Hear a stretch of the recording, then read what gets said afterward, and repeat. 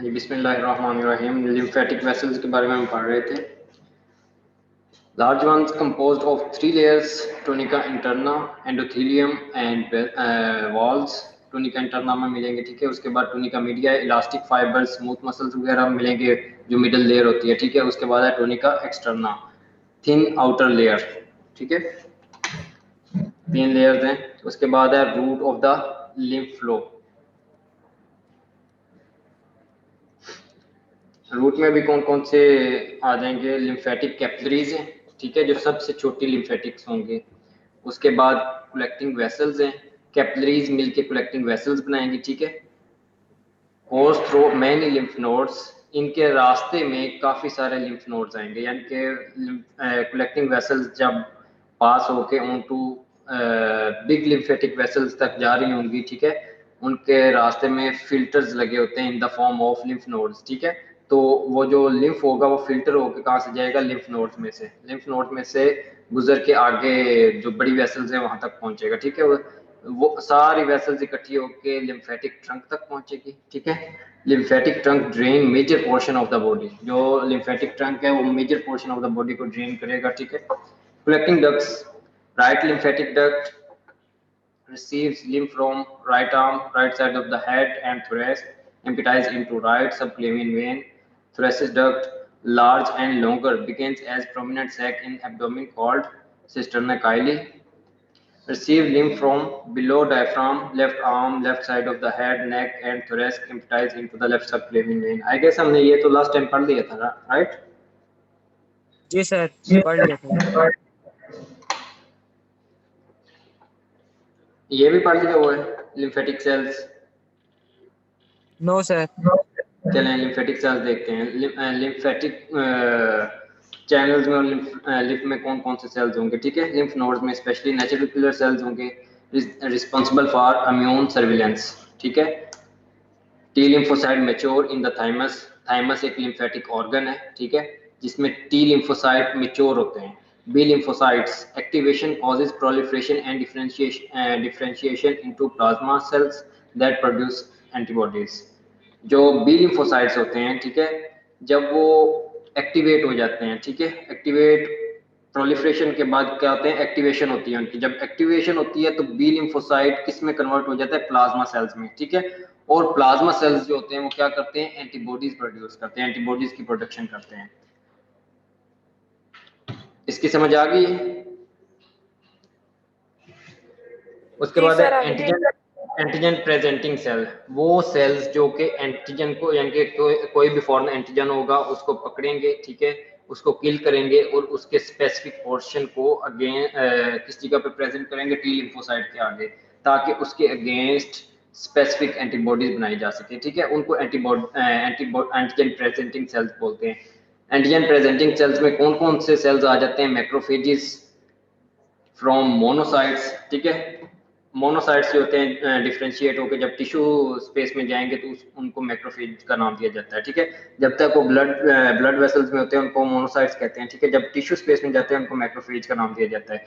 Dendritic sales in the epidermis, यानी कि यही मोनोसाइट्स जब एपिडर्मिस में जाएंगे तो उनको डेंड्राइटिक सेल्स का नाम दे दिया जाता है। In epidermis mucus membrane and lymphatic organs. उसके बाद reticular cells also contribute to the stroma of the lymph organs. जो रेटिकुलर सेल्स हैं वो किस जगह पे मिलेंगे? Stroma of the lymph node, यानी कि जो उनका सपोर्टिंग स्ट्रक्चर होती है ना लिम्फ नोड की, ये उसमें मिलेंगे रेटिकुलर सेल्स। काम इनका क्या है कि फॉरेन एंटीजन को पकड़ना, ठीक है, उसको पकड़ के फर्स्ट ऑफ ऑल तो ट्राई करेंगे, किल करेंगे, ठीक है। जो सेल्स कर सकते हैं, for example macrophage, dendritic cell, natural killer cell, ये उसको किल कर सकते हैं, ठीक है। ये उसको किल करेंगे और उसके एंटीजन को अपनी सरफेस के ऊपर प्रेजेंट करेंगे। अपनी सरफेस के ऊपर जब प्रेजेंट करेंगे तो टी लिम्फोसाइट उसको डिटेक्ट करेगा और स्पेसिफिक साइटोकाइंस रिलीज करेगा। वो साइटोकाइंस जाके आगे प्लाज्मा सेल के ऊपर एक्ट करेंगे। Plasma cell according to the cytokines antibodies produce करेगा और वो एंटीबॉडीज जो मजीद उस तरह के सेम टाइप के एंटीजेंस आएंगे उनको उनके ऊपर बाइंड होकर उनको किल करवाएगी, ठीक है। समझ आ गई है? बात समझ आई है या? उसके बाद लिम्फेटिक टिश्यूज की बात करते हैं। Diffuse lymphatic tissues, lymphocytes in mucous membrane and connective tissue of many organs. Mucous associated lymphatic tissues, MALT जिसको बोलते हैं, ये कहाँ पे मिलेंगे आपको? मेजेंट्री में मिलेंगे, यानी कि इंटेस्टाइनल ट्रैक में मिलेंगे, जीआईटी में। Prevalent in passages open to the exterior, ठीक है। Lymphatic nodules, dense oval masses of lymphocytes. क्या चीज होते हैं कि ये मैसेज हैं किस चीज के? लिम्फोसाइट्स के। Congregates in response to pathogens, काम क्या करेंगे कि ये पैथोजन को रिस्पॉन्स करेंगे जिस वक्त पैथोजन अंदर इंटर होगा, ठीक है, तो ये एक्टिवेट हो जाएंगे। Peyer patches, more permanent congregation cluster found at the junction of small to large intestine. Peyer's patches यानी कि लिम्फ नोड्स अगर इंटेस्टाइन के ऊपर होंगे तो उनको नाम दिया जाता है पेयर्स पैचेस का। सेम चीज है लिम्फ नोड्स, ठीक है। तो उसके ऊपर जब स्मॉल इंटेस्टाइन के ऊपर होंगे तो इनका नाम का चेंज किस में हो जाता है? पेयर्स पैचेस में, लिम्फ नोड्स का, ठीक है।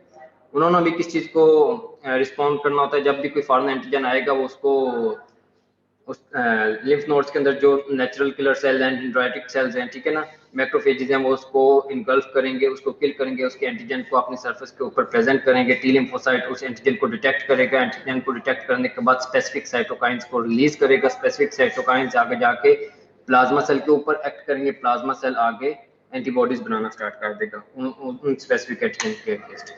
Lymphatic organs at well defined site have connective tissue capsule, यानी कि किस जगह पे मिलेगा कि कनेक्टिव टिश्यूज के कैप्सूल में प्राइमरी लिम्फेटिक ऑर्गन्स कौन कौन से हैं? Site where T and B lymphocyte become immunocompetent, red bone marrow and thymus.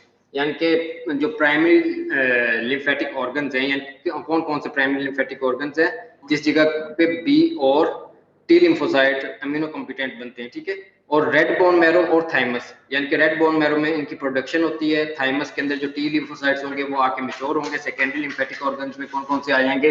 Amino competent cells populate these tissues. जो अमीनो कॉम्पिटेंट सेल्स हैं, अमीनो कॉम्पिटेंट सेल्स कौन कौन से हैं? B and T lymphocyte populate these tissues, यानी कि इन tissues में ये ज्यादा से ज्यादा जो बी और टी लिम्फोसाइट्स मिलेंगे। कौन कौन से वो टिश्यूज हैं? लिम्फ नोड्स हैं, टॉन्सिल्स हैं और स्प्लीन है, ठीक है।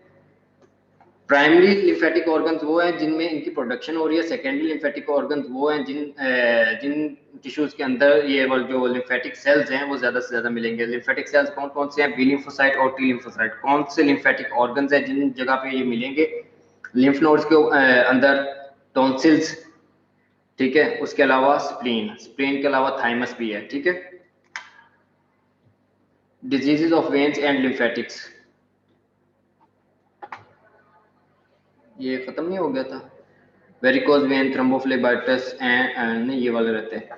Thrombophlebitis, phlebothrombosis, syndrome of vena cava superior, syndrome of vena cava inferior, इसको सुपीरियर वेना केवा सिंड्रोम भी बोलते हैं और इंफीरियर वेना केवा सिंड्रोम भी बोलते हैं, दोनों तरफ से आप पढ़ सकते हैं, ठीक है।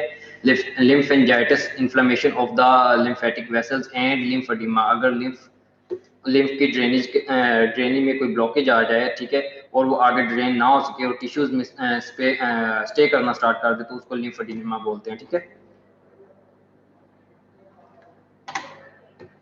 Varicose vein, abnormally dilated tortuous veins, यानी कि एबनॉर्मली डायलेटेड वेन्स होंगी, टॉर्चुअस होंगी, ठीक है, produced by the prolonged increased intraluminal pressure and और by loss of support of the vessel wall. इसमें क्या होगा कि प्रोलॉन्ग्ड इंक्रीज्ड इंट्राल्यूमिनल प्रेशर, जो इंट्राल्यूमिनल प्रेशर है अगर वो लंबे अरसे तक ज्यादा रहे, ठीक है, एंड और यानी कि इन दोनों में से ये दोनों कंबाइन नहीं हो सकते, by the loss of support of the vessel wall, जो वेसल वॉल है उसकी अगर सपोर्ट जो चली जाए, सपोर्ट उसकी कौन से होते हैं? इलास्टिक टिश्यूज होते हैं जो, या मस्कुलर टिश्यूज होते हैं जो कि उसके टूनिका मीडिया में पाए जाते हैं, ठीक है। Usually the superficial veins of the leg are involved, इसमें कौन सी वेन्स आएंगे? सुपरफिशियल में से लेग की वेन्स आ जाएंगे। There is marked variation in the thickness of the wall यानी कि इनकी जो वॉल थिकनेस है उसमें वेरिएशन आ सकती है, यानी कि एक पेशेंट में जो वॉल थिकनेस है वो कम हो सकती है, दूसरे में ज्यादा भी हो सकती है, ठीक है। Intraluminal thrombosis and valvular deformities are frequently found. इसमें कौन सी रीजंस हो सकती हैं? एक तो एक में इसमें इंट्राल्यूमिनल थ्रोम्बोसिस हो सकती है, यानी कि ब्लड स्टे करेगा तो उस जगह पे थ्रम्बस फॉर्मेशन हो सकती है, ठीक है। उसके अलावा क्या हो सकता है? वल्वुलर डिफॉर्मिटीज, ये होने की वजह क्या है? वेरिकोज वेन, यानी कि वेरिकोज वेन उस वक्त होगा जब ब्लड टुवर्ड्स हार्ट मूव नहीं करेगा और वेसल्स के अंदर स्टे करना स्टार्ट कर देगा। जो ब्लड यूनिडायरेक्शनल फ्लो को मेंटेन करने के लिए ब्लड वेसल्स के अंदर सेमिल्यूनर वॉल्स होते हैं, ठीक है। अगर वल्वुलर डिफॉर्मिटीज यानी कि वेसल वेन्स के अंदर जो वॉल हैं, अगर उनकी डिफॉर्मिटीज है, अगर वो कॉन्जेनिटली एब्सेंट हैं या उनमें किसी वजह से कोई डिफेक्ट आ गया, ठीक है, वो अपना जो फंक्शन है वो प्रॉपरली परफॉर्म नहीं कर रहा है, तो उस वक्त ये वाली प्रॉब्लम होना स्टार्ट होगी, यानी कि ब्लड वेसल्स के अंदर स्टे करना स्टार्ट कर देगा। There are two special sites of varix formation, यानी कि दो स्पेसिफिक साइट्स हैं जिस जगह पे वेरिकोज वेन फॉर्मेशन हो सकती है। एसोफेगस, esophagus में in patients who have cirrhosis of the liver and portal hypertension, rupture of an esophageal varices followed by hemorrhage may be very serious and, यानी कि एक तो हमने सुपरफिशियली पढ़ लिया कि सुपरफिशियली किस जगह पे आपको वेरिकोज वेन मिलेगी, लेग्स में, ठीक है। लेग्स के ऊपर अगर डायलेटेड वेन्स मिलती हैं तो उनको सुपरफिशियल वेरिकोज वेन बोलेंगे, ठीक है। उसके अलावा इंटरनली हमारी बॉडी के अंदर और किस जगह पे मिल सकती हैं? एसोफेगस, एसोफेगस में अगर मिलेंगी तो उसकी रीजन क्या हो सकती है? या तो सिरोसिस ऑफ लिवर में आपको मिल सकती हैं, ठीक है, या किस में मिल सकती हैं? हेपाटाइटिस, पोर्टल हाइपरटेंशन, ठीक है, इन रीजंस की वजह से मिल सकती है। अगर वो वेरिकोज रप्चर हो जाएं तो हिमेटोमेसिस के चांसेस होते हैं, ठीक है, मेलिना के चांसेस होते हैं, ठीक है, यानी कि वॉमिट के थ्रू ब्लड आएगा या स्टूल के थ्रू ब्लड पास होगा और उसकी वजह से अगर ब्लीडिंग ज्यादा हो जाए तो पेशेंट हाइपोवोलेमिक शॉक में जा सकता है।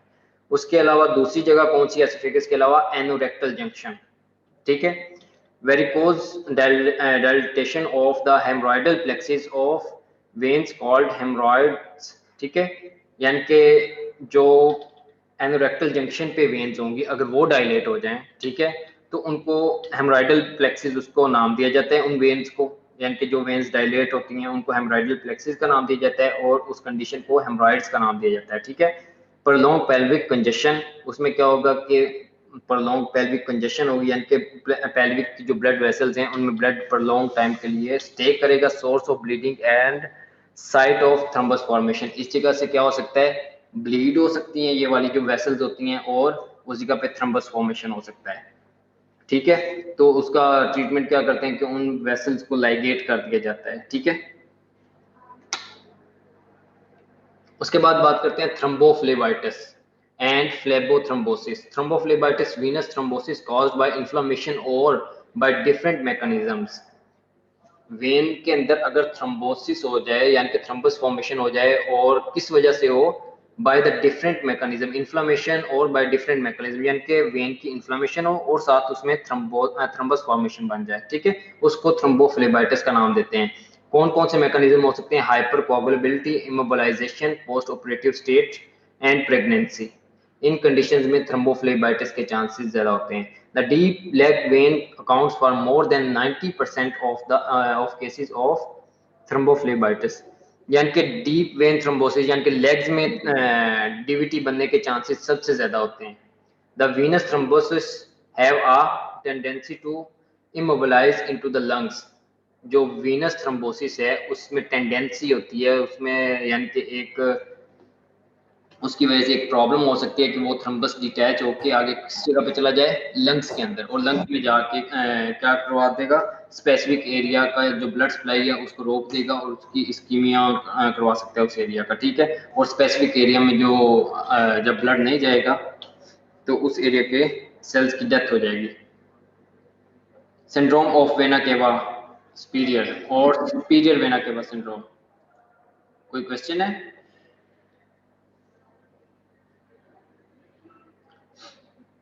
Superior vena cava syndrome usually caused by neoplasm।